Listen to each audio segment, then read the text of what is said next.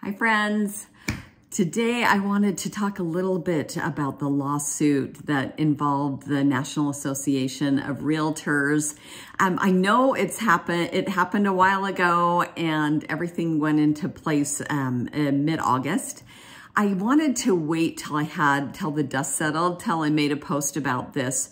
So what was going on is the National Association for Realtors was sued because some sellers thought that they didn't have enough information from the listing agent to know where commissions were going.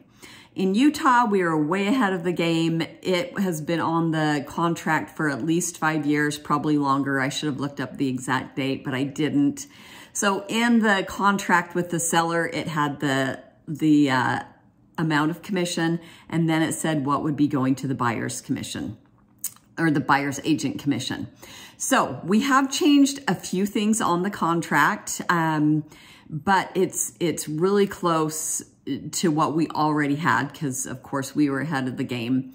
And I've had a few buyers and a few sellers ask me about it, so I thought it'd be a great time to post.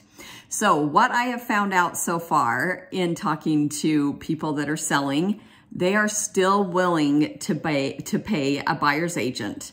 Some of them want to have an amount set up front. Others would rather wait until they get an offer to see what is requested from the buyer. So as a seller, it's not required and it never was, but it's still a great idea to offer a buyer's agent commission because as buyers come into the market, they have a lot of other costs that they have to take care of, so it's hard for them to come up with the cost of paying their agent. Every seller I've talked to so far has said, oh yes, of course I will pay the buyer's agent. I want my house to be out there. I want a lot of showings and things like that. So they will be willing to pay the buyer's agent. And buyers are feeling a lot, I know some of them were a little bit nervous because they didn't know how they were going to pay for the commissions, but now it is in the contract, the purchase contract, of the amount that the buyer is requesting the seller to pay for commissions. So I know the news made it sound like the sky was falling, but it has changed a little bit as far as like it's a little bit less transparent because now the commissions aren't shown on websites like they were before.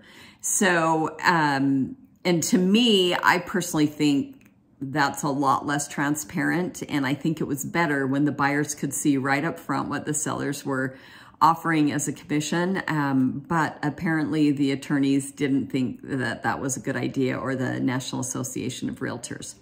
So if you're a buyer, don't drop out of the market because you're afraid you won't have enough money to pay a buyer's commission. And then if you're a seller, just make sure you realize that things have changed. You've never had to pay a buyer's agent. It's just been a really good idea to pay the buyer's agent to get your home sold. Anyway, as always, if you have any questions for me, please let me know. I'm always happy to answer your questions about the market or about getting your house ready to sell or anything that you have for me about real estate. And I hope you have an amazing day.